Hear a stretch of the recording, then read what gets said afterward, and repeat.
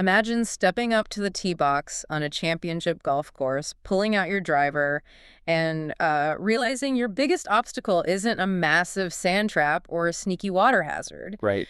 It's a 300-yard wall of fresh plums.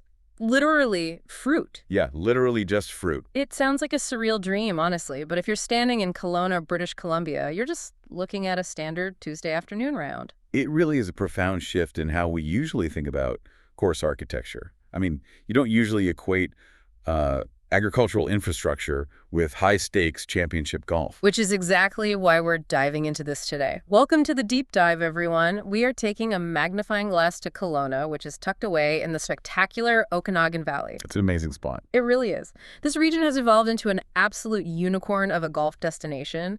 It boasts 19 different courses and a surprisingly tight geographical radius. Yeah, 19 is a huge number for one area. Right. So we are synthesizing a massive stack of sources for you today. We've got travel itineraries from Hotels.com, real estate and lifestyle guides, historical architectural reviews, and official agronomy materials straight from the clubs themselves. And honestly, the sheer density of options is what makes this so fascinating to unpack.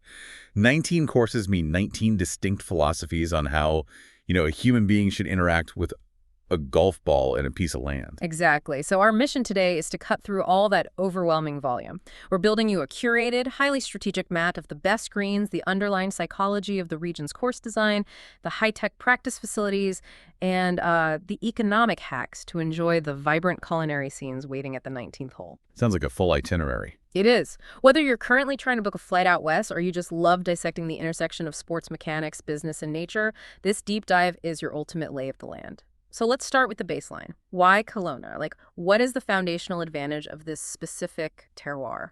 Well, it really starts with the atmosphere and the light. Kelowna gets over 2,000 hours of sun annually. Wow, 2,000. Yeah. In the context of Canada, that delivers one of the driest, longest, and most consistent golf seasons available. But beyond just this schedule, that dry air actually changes the physics of the game. Wait, hold on. Let's drill down into that for a second. How does dry air practically change my shot? Because I think most casual players just think, oh, dry air means I won't get rained on. Right. No, it actually alters ball flight. Humid air is actually less dense than dry air. Really? That sounds totally counterintuitive. It does, but water vapor is lighter than diatomic oxygen and nitrogen. So when you combine Kelowna's specific dry climate with its varied elevations, you get this really unique aerodynamic environment. Okay, so the ball behaves differently. Exactly. The ball cuts through the air differently. Yeah. Your spin rate degrades a little faster, and the architects know this. Oh, they plan for it. Oh, absolutely. Yeah. They know the ball might roll out further on the fairway, so they have to design their hazards and landing zones to accommodate a ball that just behaves slightly differently than it would at, say, sea level in Florida. That is wild. It makes the landscape itself an active participant in your scorecard. And choosing a course out here, I was thinking about this earlier, it's sort of like selecting a vintage wine, right? You're essentially choosing the terroir. Do you want to play through sagebrush hills or dense forests or high elevations? That's a great analogy. And the landscape out there is chaotic in the best possible way.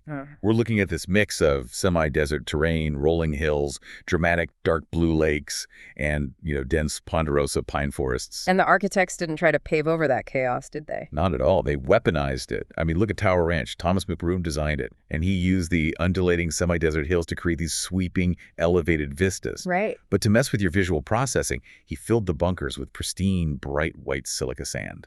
Okay, wait, why silica? Is that purely an aesthetic flex, or does silica sand actually play differently? Well, it's actually both. Functionally, silica sand grains are more angular. They don't compact as easily when wet. Oh, I see. Yeah, meaning the club head glides through it more consistently, so you get a very predictable splash out of the bunker.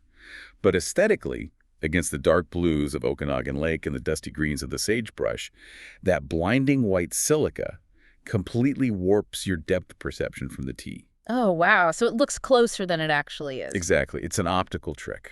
Man, and speaking of contrasting design, you don't even have to drive across town to see wildly different philosophies. No, you really don't. I mean, the Okanagan Golf Club is a 36-hole facility, but the sources show the two courses feel like they belong on completely different planets. Yeah, you have the Bear course, designed by Jack Nicklaus, which the club literature actually notes can be, quote, as ferocious as a grizzly or as gentle as a teddy. I love that description. It's very accurate. It routes you heavily through the forests in those sagebrush hills.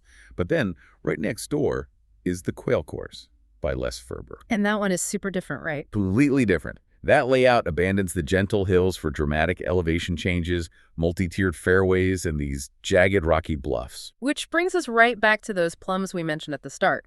We're talking about how designers use the natural landscape, but some of these Kelowna courses integrate literal human agriculture directly into the gameplay. Yeah, it's so unique. Let's look at the Harvest Golf Club. It's a 7,109-yard championship layout by Graham Cook, and it is meticulously carved right through a working orchard. Over 800 fruit trees line those fairways. Yeah, apples and plums, and the club proudly jokes that this adds to the course's appeal. Hey, you have to appreciate a golf club leaning into a terrible pun. I do. I really do. But I have to push back on the architecture here for a second. Is routing a championship course through an apple orchard just a scenic gimmick? Like, is it just a way to sell a $15 jar of artisanal apple butter in the pro shop? I mean, the apple butter is definitely a bonus, but no, the trees are actually a structural nightmare for your brain. Really? How so? Well, think about it. If you hit a ball into a wild, natural pine forest, the trees are staggered organically. Your brain inherently understands that natural chaos. But an orchard is planted in a strict, linear grid. Oh, right, because of the tractors and hard to stick. Exactly. So when Graham Cook lays a fairway down alongside a grid of 800 apple trees, he's creating a massive optical illusion. No way! Yeah. As you look down the fairway, those parallel lines of trees converge in your vision, making the fairway look artificially narrow. It completely messes with your innate sense of distance. So you're just standing on the tee, second-guessing whether you need a 7-iron or an 8-iron. Just because the trees are planted in straight lines. Precisely. It is pure architectural psychology. That is fascinating. But, okay, if an optical illusion isn't intimidating enough, let's talk about physical intimidation. Gallagher's Canyon Golf and Country Club has hosted the PGA Golf BC Championship, so it's a serious track. Oh, very serious. And here you are playing right along the very edge of a picturesque canyon framed by tall groves of ponderosa pines. Yeah, and if you've ever stood near the edge of a cliff, you know your body reacts independently of your logical brain. Oh, for sure. My palms are sweating just thinking about it. Right. When you tee up a ball with a sheer drop-off just feet away from your target line, your survival instincts kick in. Subconsciously, a golfer will pull their weight back, away from the canyon edge, and onto their heels. And mechanically, if your weight is on your heels during a golf swing, you are going to leave the club face wide open and slice the ball right into the woods. Right. They aren't just designing pretty views out there, they are literally designing anxiety. They know the canyon will alter your physical swing mechanics by exploiting your natural vertigo. It is brilliant and honestly slightly evil. But this brings up a really interesting tension.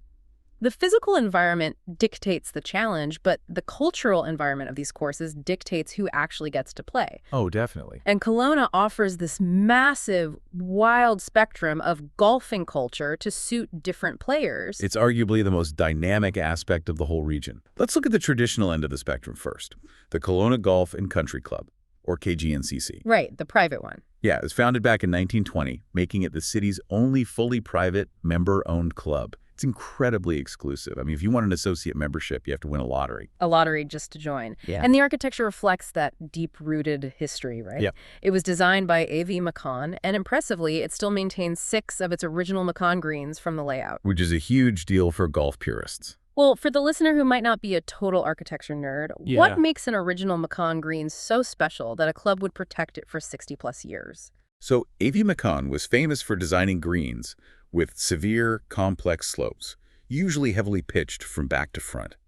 He absolutely hated flat putting surfaces. Okay, so lots of undulation. Oh, extreme undulation. Yeah.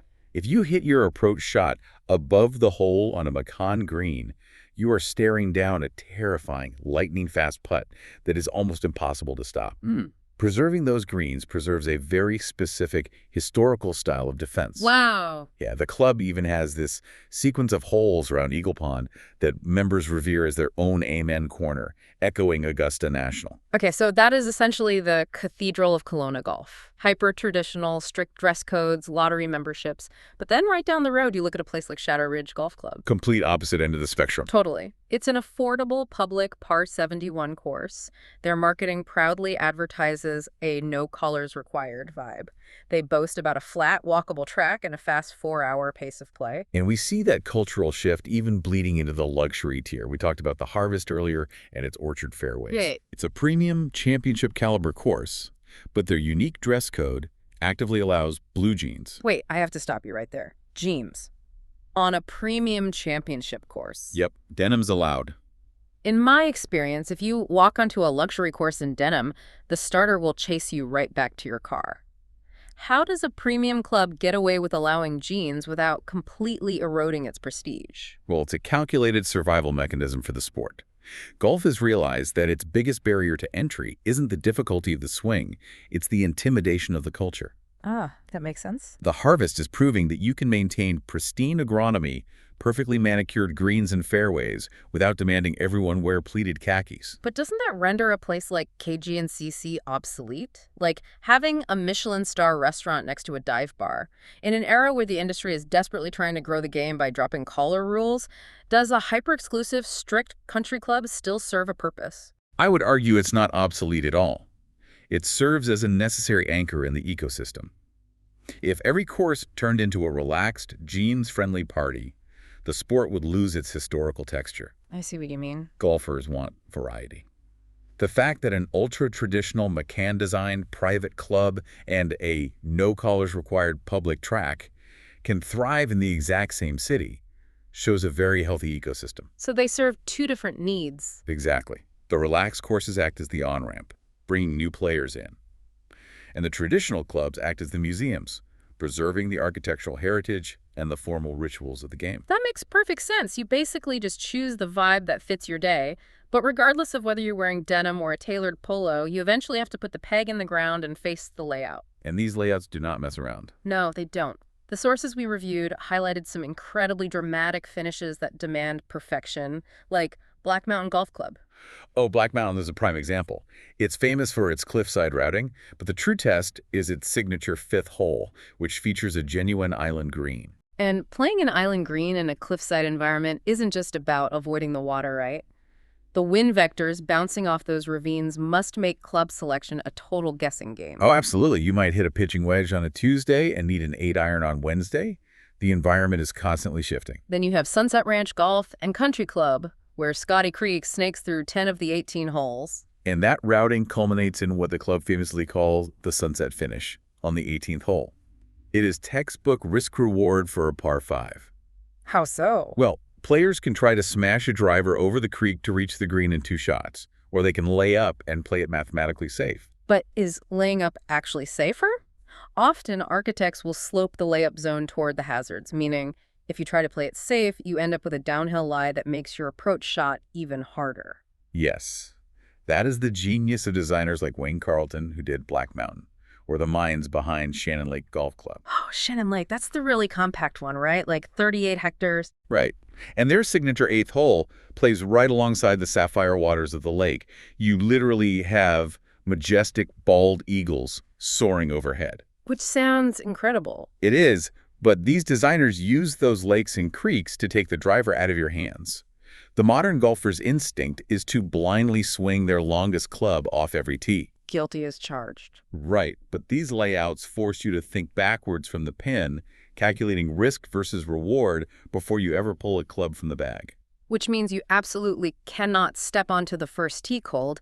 If you're going to navigate optical illusions, canyon vertigo, and island greens, you need to be dialed in. You really do. And Kelowna clearly knows this because the region takes practice just as seriously as the actual rounds. We're talking about highly capitalized swing therapy. The practice facilities out there are a massive draw on their own. Look at the Kelowna driving range. They have fully integrated top tracer technology. That's the camera system, right? Yeah. Cameras track the exact flight of your ball over 300-plus yards, displaying your spin rate, apex, and launch angle on these huge 55-inch screens right in your bay. I'm going to challenge the value of this for the average player. Okay, let's hear it. Does having a 55-inch screen screaming your launch angle at you actually make a casual golfer better? Doesn't that just induce total paralysis by analysis?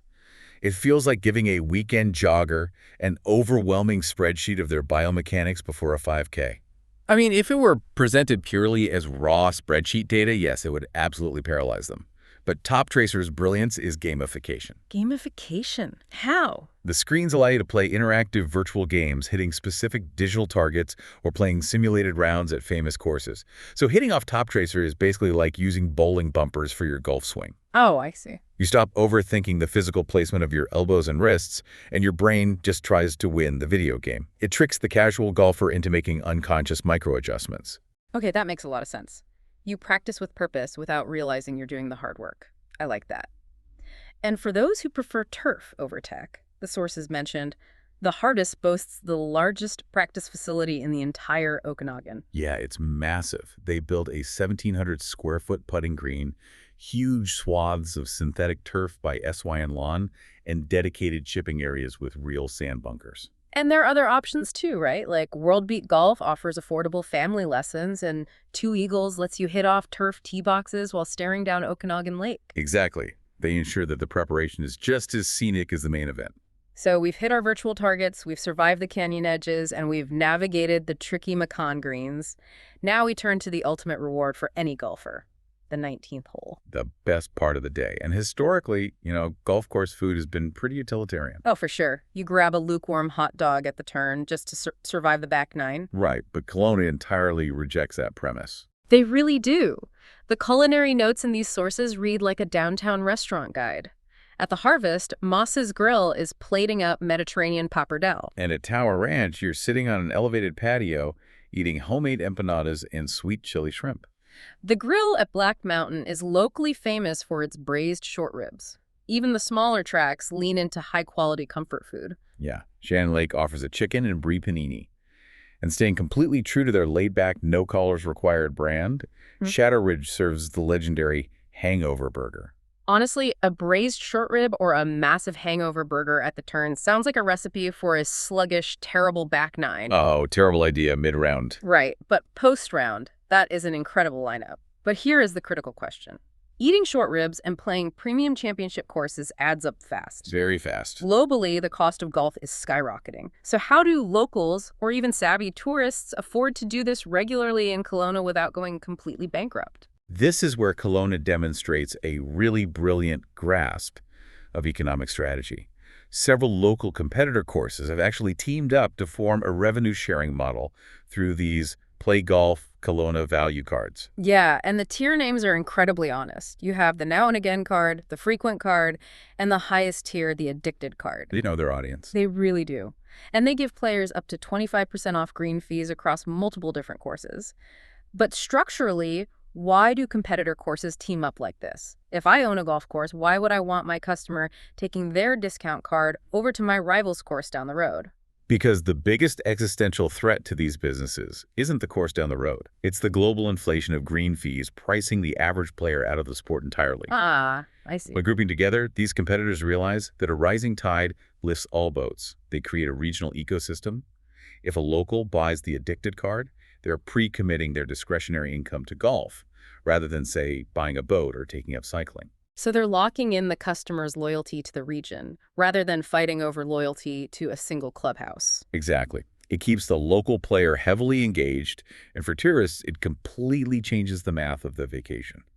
You aren't just booking one expensive round, you're buying into a week-long, affordable passport to the entire valley. And they stack this with twilight rates, double twilight rates, and 9 and dine specials, right? Yeah, ensuring that the tee sheets stay full from dawn until dusk. It's really a masterclass in treating golf not just as a standalone sport, but as an integrated hospitality business. And it all circles back to the mission we set out on today. When you look at the raw data, Kelowna is offering an unparalleled density of variety. It really is a place where the landscape, the architecture, and the business model are all perfectly aligned to maximize the player's experience. Absolutely. In the span of a single weekend, you can hit a ball through a working apple orchard that completely warps your depth perception. You can feel your pulse spike on the sheer edge of a pine-lined canyon. You can gamify your swing path on a 55-inch monitor. And you can finish it all off by eating a hangover burger in your blue jeans. Exactly. It delivers the absolute highest caliber of agronomy and design without ever losing its sense of approachability. Which leaves us with a final provocative thought for you to ponder. We've seen how Kelowna is proving that relaxed rules, denim, and tech-heavy gamification can sit side by side with hyper-traditional exclusive country club. Right. The ecosystem thrives. But as the next generation of golfers, a generation raised on screens, casual wear, and fast-paced entertainment becomes the dominant economic force in the sport, will that balance hold? Will the historic ultra-private model survive the next 30 years, or will the cathedral eventually have to adapt, loosen its tie, and gamify just to keep the lights on? That is the ultimate tension currently pulling at the soul of the sport. And Kelowna is perhaps the perfect microcosm to watch it play out in real time. So the next time you are trying to plan a trip and you find yourself dreading the inevitable compromises between rigorous athletic challenge and absolute culinary relaxation, between tradition and modern fun, remember there's a sun-drenched valley in British Columbia where you simply do not have to choose.